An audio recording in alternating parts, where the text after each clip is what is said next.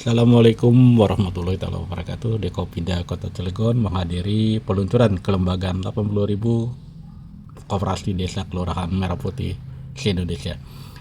Kami ada di Kelurahan Kota Bumi yang menjadi pusat percontohan mock-up untuk koperasi di Provinsi Banten. Salah satunya ada di Kelurahan Kota Bumi Cilegon. Persiapan sudah dilakukan oleh panitia untuk peluncuran kelembagaan 80.000 koperasi desa Kelurahan Merah Putih di Kelurahan Kota Bumi Cilegon.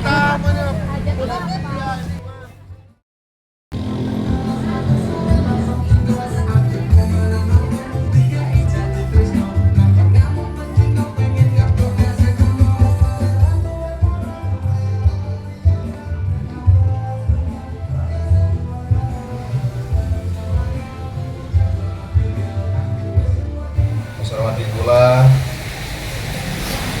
para asisten, staf ahli, inspektur, dan kepala badan dinas lingkungan pemerintah Kota Cilegon.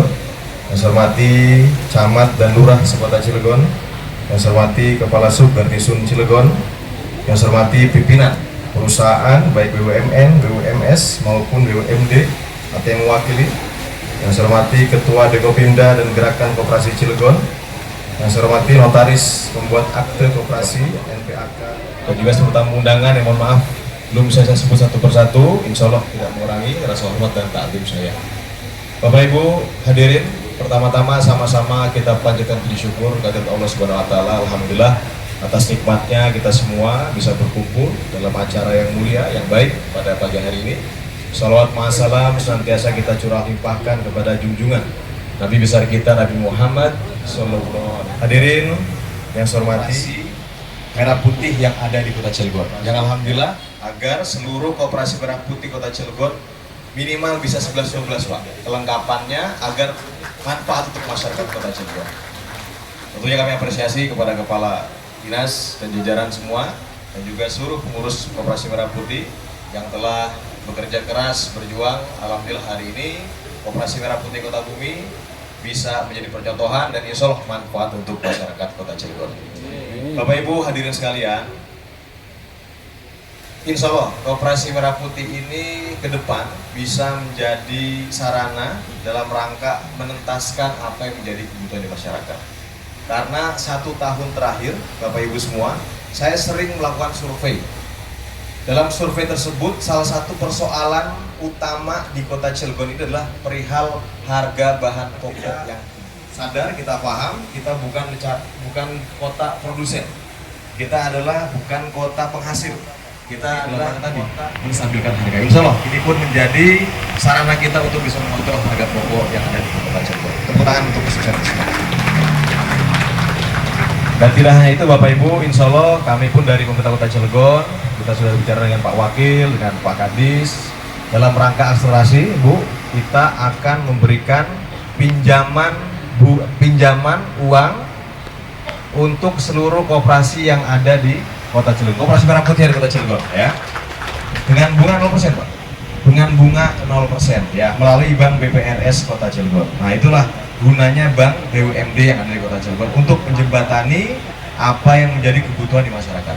Maka dari itu insya Allah kami pemerintah Kota Cilegon dalam hal ini akan mendukung, mensupport apa yang menjadi program Bapak Presiden ya, melalui Bapak Gubernur Banten. Kami akan mendukung 100% dalam rangka kesuksesan dan juga kesejahteraan untuk Dekopimda hari ini. Bapak Ibu alhamdulillah banyak dan sudah mandiri dan baik pengelolaannya terhadap industri di Cilegon, industri baja, kimia, plastik. Kita hanya menjadi perputaran saja, tapi kita bisa belum mengolah secara baik apa yang menjadi bahan baku yang di Kota Cilegon. Karena kita nggak kita bukan mengelola pertanian gitu kan, tidak mengelola persawahan. Yang kita hadirkan di sini adalah industri baja, kimia, plastik. Kami sudah berkonsultasi, kita sudah ngobrol-ngobrol dengan teman-teman di Kopimda. Ke depan kita akan buat koperasi sekunder untuk hilirisasi Bapak Ibu ya, hilirisasi bahan baku yang ada di Kota Cilegon.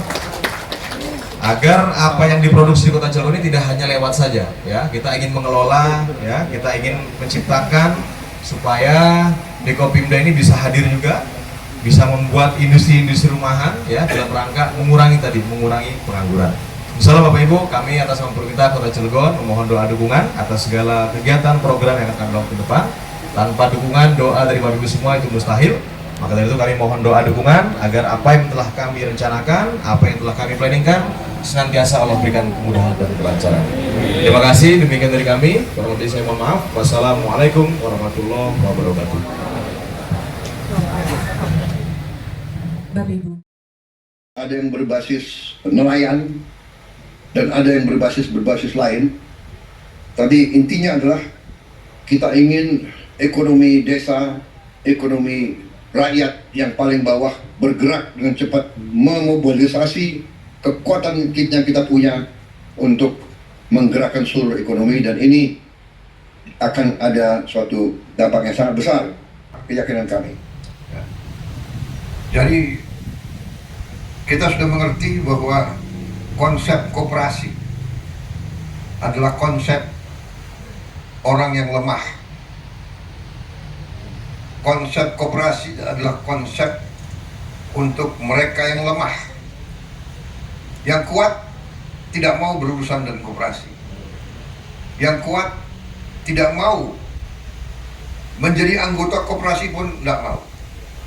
Kalau sudah kuat, sudah kaya, sudah punya akses kemana-mana, dia bikin itu PT. Ya, dia bikin holding, dia bikin incorporated, dia bikin limited liability company, dia bikin corporation dan bla bla bla. Koperasi adalah alatnya orang lemah, alatnya bangsa yang lemah.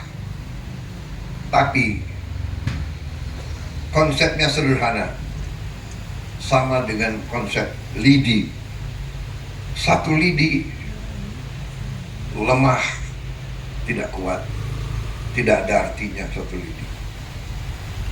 Tapi kalau lidi, puluhan lidi, ratusan lidi dijadikan satu, ini adalah alat yang bisa membantu kita. Jadi dari lemah menjadi kekuatan. Ini adalah konsep koperasi. Dari ekonomi lemah menjadi kekuatan ekonomi yang kuat. Ini adalah konsep koperasi. Konsep koperasi adalah konsep gotong royong. Sudah puluhan tahun, mungkin sudah mendekati ratusan tahun. Dan ada yang berhasil dan ada yang tidak berhasil.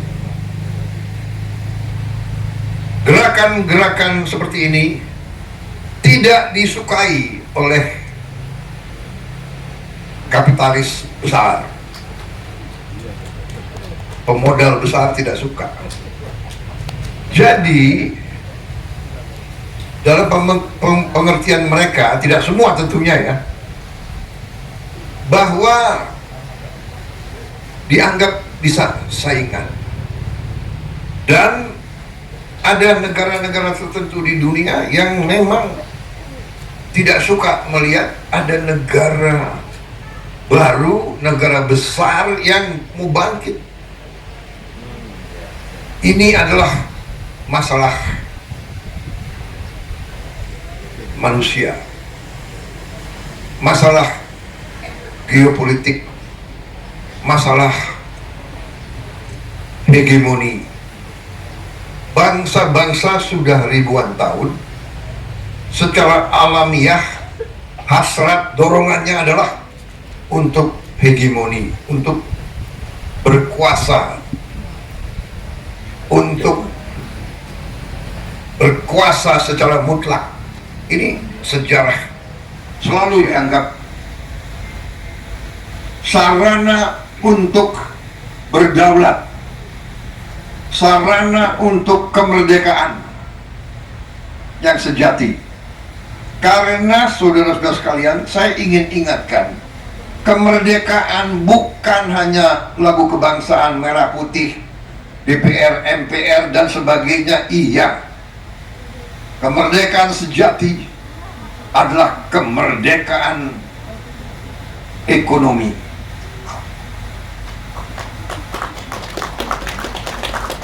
Kita punya semua bentuk kenegaraan, DPR, MPR, DPD, gubernur, menteri, kita punya semua. Tapi rakyat kita masih ada yang lapar, kita belum merdeka. Rakyat kita masih sangat miskin, kita belum merdeka. Negara yang merdeka adalah negara yang bisa memberi makan rakyatnya. Rakyat yang merdeka, bangsa yang merdeka adalah yang bisa menjamin, memberi kehidupan yang layak bagi seluruh rakyatnya. Karena saya dari sejak tahun 2004 saya menjadi ketua umum Himpunan Kerukunan Tani Indonesia, HKTI, berjuang bersama KTNA. Saya pun pembina KTNA. Masalahnya adalah klasik. Sering kita mendengar laporan, Pak, saya di desa saya barusan panen mangga yang terbaik di Indonesia, tapi 4-5 hari tidak ada truk, tidak ada yang bisa mengangkut. Akhirnya mangga yang terbaik busuk. Ini sudah puluhan tahun. Kemudian kita hadapi macam-macam kendala, macam-macam permainan. Pupuk yang disubsidi oleh rakyat, yang disubsidi oleh negara, APBN, langka, tidak sampai ke petani. Peraturannya ada 145 peraturan. Ada belasan tanda tangan yang diperlukan untuk dari pabrik ke petani. Semua ketua mahkamahnya dengan semua hakim mau saya tanya, Undang-Undang Dasar 1945, apakah ini sumber hukum tertinggi di Indonesia? Ketua Mahkamah Agung dan semua hakim agung membenarkan sumber hukum yang tertinggi. Kemudian saya tanya, pasal 33 dan ayat-ayatnya dan pasal-pasal lain perlu ditafsirkan atau tidak? Atau bahasa Indonesianya jelas? Dikatakan mereka jelas. Jadi saya tanya kepada semua penasihat saya tanya, apakah beras, apakah penggiling padi adalah cabang produksi yang penting bagi negara dan yang menguasai hajat hidup orang banyak? Apakah beras itu mempengaruhi hajat hidup orang banyak atau tidak? Oh iya, beras kalau nggak makan gimana? Jadi menguasai hajat hidup orang banyak. Berarti penggiling padi adalah cabang produksi yang penting bagi negara dan yang menguasai hajat hidup orang banyak. Kalau penggiling padi tidak mau tertib, tidak mau patuh kepada kepentingan negara, ya saya gunakan sumber hukum ini, saya katakan saya akan sita penggiling padi itu. Saya akan sita dan akan saya serahkan kepada koperasi untuk dijalankan. Dan saya tidak salah, saya benar, karena mereka mencari keuntungan yang luar biasa. Saya dapat laporan satu penggiling padi untung tiap panen 2 triliun per bulan. 2 triliun per bulan. Sudah kita tampilkan, begitu saya keluarkan niat ini, harga langsung naik lagi, mereka langsung beli 6.500. Oke, berhasil. Dapat laporan lagi, Pak, harga 6.500 sudah Pak, harga dasar. Tapi beli jualnya permainan lagi. Beras biasa dibungkus, dikasih stempel beras premium, dijual Rp5.000 di atas harga eceran tertinggi. Saudara-saudara, ini kan penipuan, ini adalah pidana. Saya minta Jaksa Agung sama Kapolri usut dan tindak. Ini pidana. Dan saya dapat laporan kerugian yang dialami oleh ekonomi Indonesia, kerugian oleh bangsa Indonesia, kerugian oleh rakyat Indonesia adalah 100 triliun tiap tahun. Menteri Keuangan, kita setengah mati cari uang, setengah mati. Pajak inilah, biaya cukai inilah dan sebagainya. Ini 100 triliun kita rugi tiap tahun, dinikmati oleh hanya 4-5 kelompok usaha di depan rakyat untuk memegang teguh Undang-Undang Dasar dan menjalankan segala perundang-undangan dan peraturan yang berlaku. Saya perintahkan Kapolri dan Jaksa Agung usut, tindak.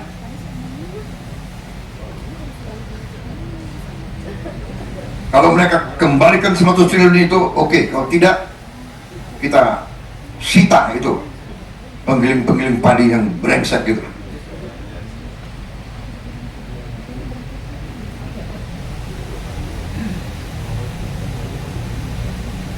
Saudara-saudara, saya dari kota Solo ke sini, rakyat pinggir jalan, anak-anak sekolah,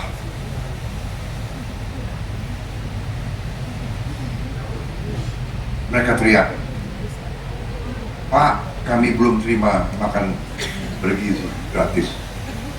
Pak, kapan?" Saya lihat mata-mata mereka. Ini rakyat Indonesia.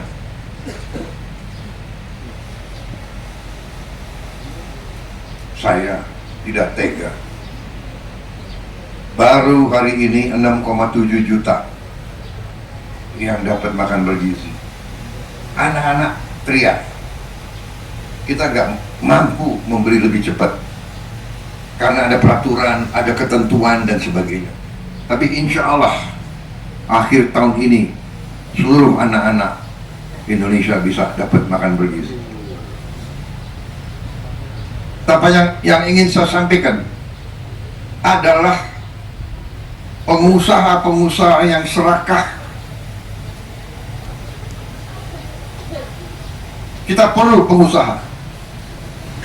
Saya pengusaha sebelum saya masuk politik. Tapi ini sudah bukan pengusaha yang benar. Ini bukan bisnis. Ini bukan entrepreneurship. Ini adalah keserakahan. Ini adalah serakah. Jadi ini bukan mazhab ekonomi lagi. Ini nggak diajarkan di fakultas-fakultas. Ada yang mengatakan ada mazhab ekonomi liberal, neoliberal, klasik, pasar bebas, sosialis, ekonomi komando dan sebagainya. Ini bukan, ini tidak, ini lain. Ini saya beri nama serak, harus hentikan. Jaksa Agung dan Kapolri, saya yakin saudara setia pada bangsa dan rakyat Indonesia. Saya yakin kau setia kepada kedaulatan bangsa Indonesia. Usut tindak.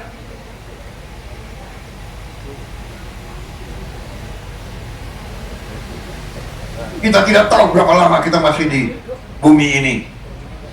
Bisa sewaktu-waktu kita dipanggil Yang Maha Kuasa. Lebih baik sebelum dipanggil Kita membela kebenaran dan keadilan. Kita bela rakyat kita.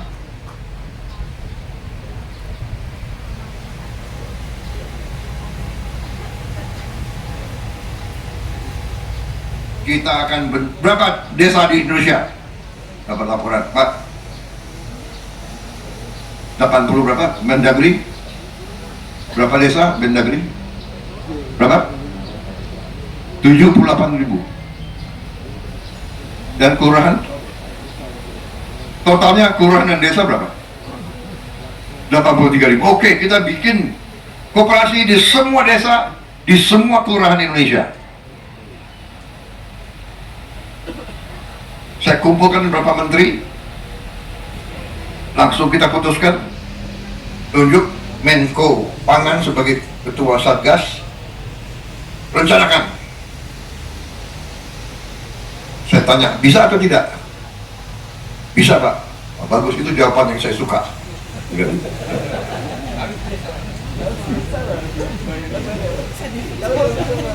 Kalau jawabannya tidak bisa, Pak, waduh, ini gimana ya? Terpaksa reshuffle. Kira-kira Oktober, November nanti terbentuk, ya kan? Tahu laporan, Pak, kita Juli siap diresmikan. Hah? Berapa? 80.000 semuanya. Yang benar. Terima kasih, saudara-saudara. Laksanakan tugas dengan baik.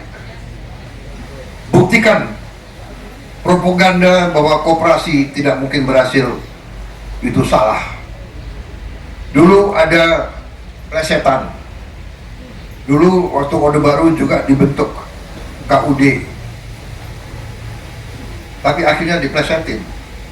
KUD singkatan Ketua Untung Duluan, dan ini tidak boleh terjadi. Sering dalam koperasi-koperasi, pengalaman saya juga, dari dulu saya bentuk koperasi, saya di tentara selalu ada koperasi. Hanya fenomena di tentara, ketua koperasi selalu mobilnya bagus-bagus. Kadang-kadang mobilnya 3. Di batalion ketua koperasi mobilnya 3. Bayangkan itu. Yang kurang pintar kok mobilnya diparkir di asrama. Jadi semua orang tahu. Tapi ini fenomena. Tapi sekarang yakin di bawah Panglima TNI sudah nggak seperti itu. Ya, Pak Subianto, sudah nggak ada kan? Nggak ada kan? Ketua koperasi macam itu sudah nggak ada di TNI. Sudah tidak ada, bagus. Kalau saya cek ada, bagaimana?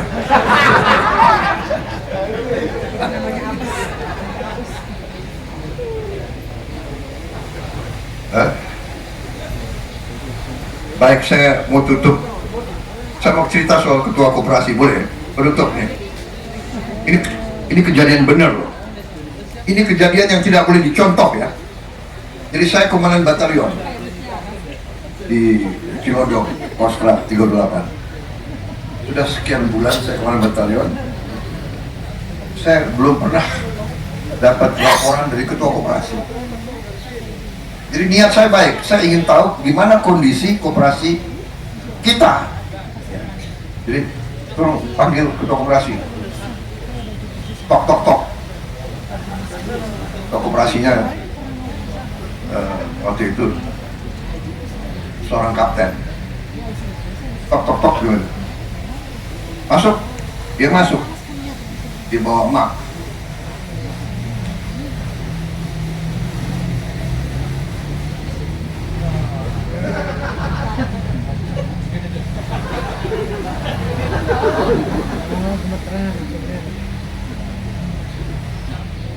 Loh, kok dia gemeteran gitu loh, kertasnya gemeter. Jadi saya pikir, loh ada apa nih? Pasti dia ada sesuatu yang dia takuti kan? Wah, panggil, kasih intel, periksa ini koperasi. Niatnya tidak diperiksa, niatnya mau dapat laporan tapi dia sendiri. Jadi ketua-ketua operasi Merah Putih Kalau dipanggil itu untuk dapat laporan yang baik. Tapi saya yakin sekarang tidak ada. Koperasi Merah Putih milik rakyat. Zaman sekarang banyak gadget teknologi akan diawasi ketat. Ya, Menteri Koperasi, Wakil Menteri Koperasi semua ada sistemnya. Semua aliran uang masuk keluar semua harus pakai teknologi. Ya. Jadi kata-kata ketua untung duluan sudah nggak berlaku lagi di era kita sekarang. Bagaimana? Kepala desa sanggup? Kepala desa mengawasi? Ketua koperasi harus kalian awasi semua. Mereka paling dekat sama rakyat, masa sampai hati. Kita semua awasi.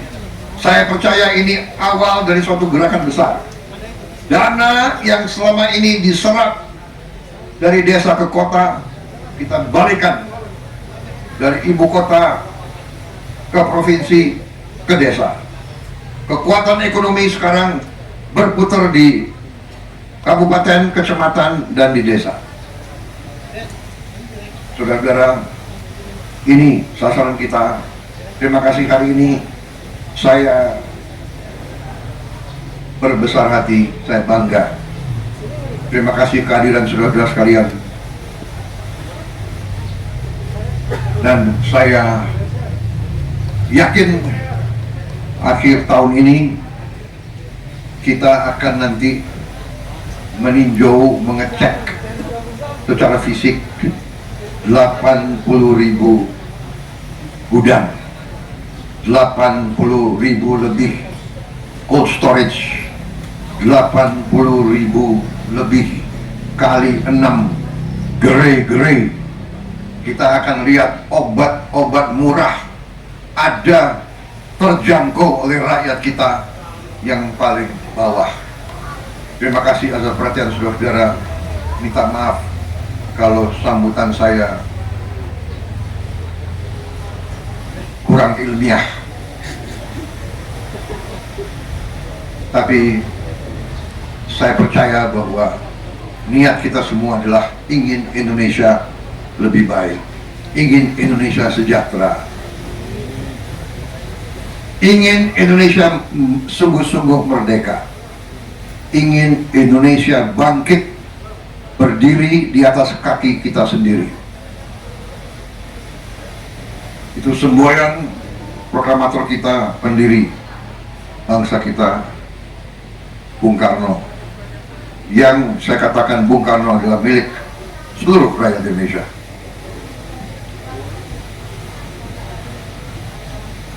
Menurut saya Mbak Puan, Bung Karno bapak saya juga.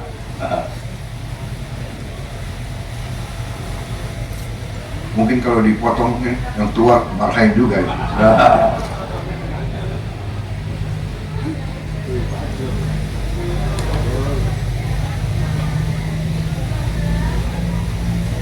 Nah ini PDIP sama Gerindra ini wabarakatuh.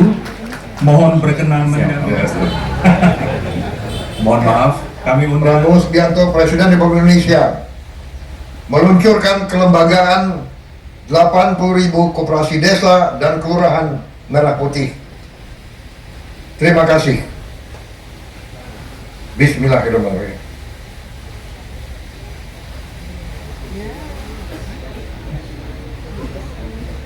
Hadirin sekalian, dengan demikian inilah peluncuran kelembagaan 80.000 koperasi desa kelurahan Merah Putih telah diresmikan oleh Presiden Republik Indonesia. Sekali lagi kita berikan tepuk tangan yang meriah.